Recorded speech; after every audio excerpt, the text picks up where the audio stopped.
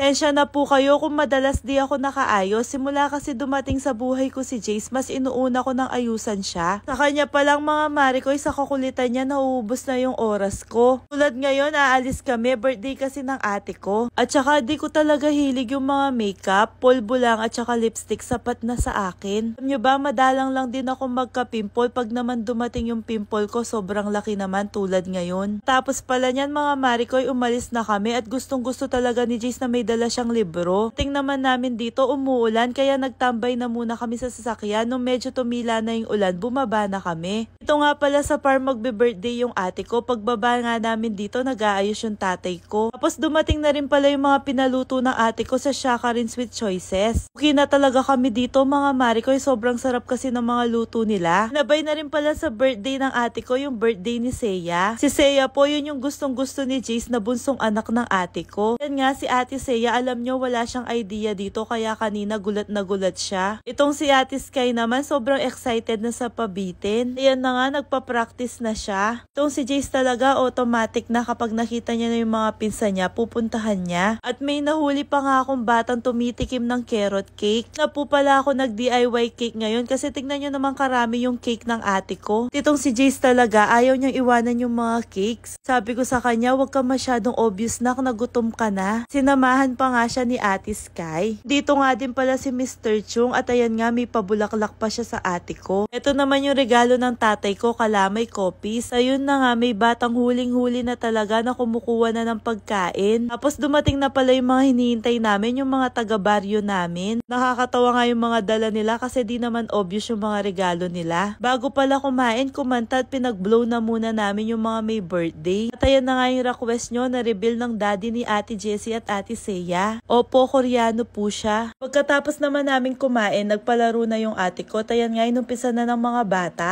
Pagkatapos yung mga isip bata na. Di ko alam mga Marikoy kung sino yung mas nag-enjoy, yung mga bata o yung mga isip bata. Di ko na nakuhanan yung mga iba pang pangyayari kasi medyo mahaba na yung video kapag pinuhanan ko pa yung mga yun. Pagkatapos naman ng pabitin, ito naman aspakang balanga na naman. Pero umpisa ni ate Seiya na siya yung nagse-celebrate ngayon, silang dalawa ng ate ko. Tapos eto na nga yung mga isip bata na naman. Ayan, nagsayaw-sayaw pa. Ito po, di ko kilala yan. Di ko alam kung kanino tatay yan. Alas magpipinsan po pala kami mga Marikoy sa side ng tatay ko. Tapos sa iisang baryo lang din kami. Alam nyo, napakasaya talaga kapag magkakasundo yung mga magkakamag-anak. Ganyan po talaga kasimple yung birthday ng ate ko. Pero sa sobrang simple, ubusan lang nga ng pera kasi pinamimigay niya talaga mga Marikoy. Share your blessing. Di pa nga natapos sa balanga mga Marikoy, may pakawa pa nga yung ate ko. Tinumpisan na ng tatay ko. Yan, nagsasayaw na naman siya. Siyempre, di masaya to kung di namin siya pagtitripan. Paprank muna namin siya. Ayan nga, tinanggal ng ate ko yung kawa. Sobrang nag-effort pa siyang sumayaw-sayaw. Tapos yung nakuha niya mga Marikoy, ayan na, tumataginting na 50 pesos. O yung mga ibang pangyayari pala, panoorin nyo na lang with sounds, wala ng voice over. Baka mainis na kayo sa boses ko.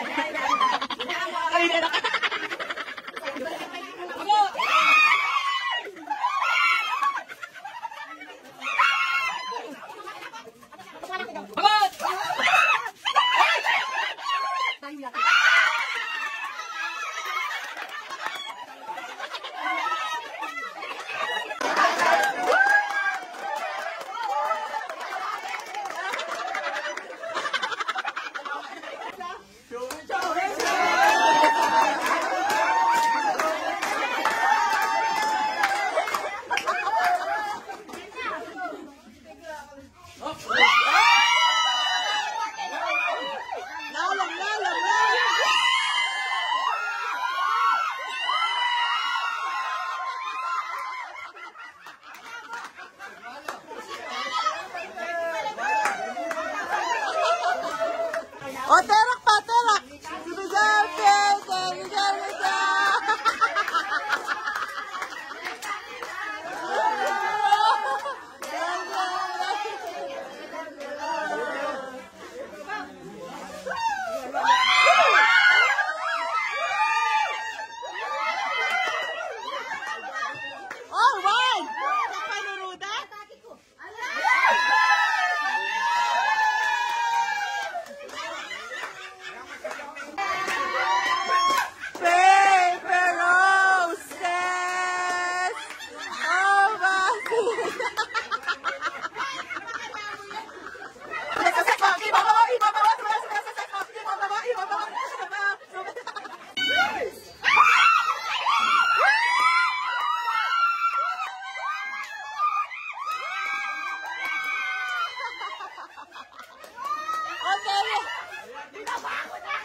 para G, para G, para G, para G.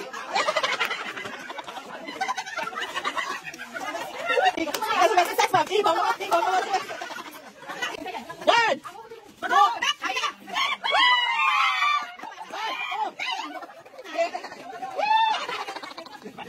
two, three, four, five. Sasayawan mo.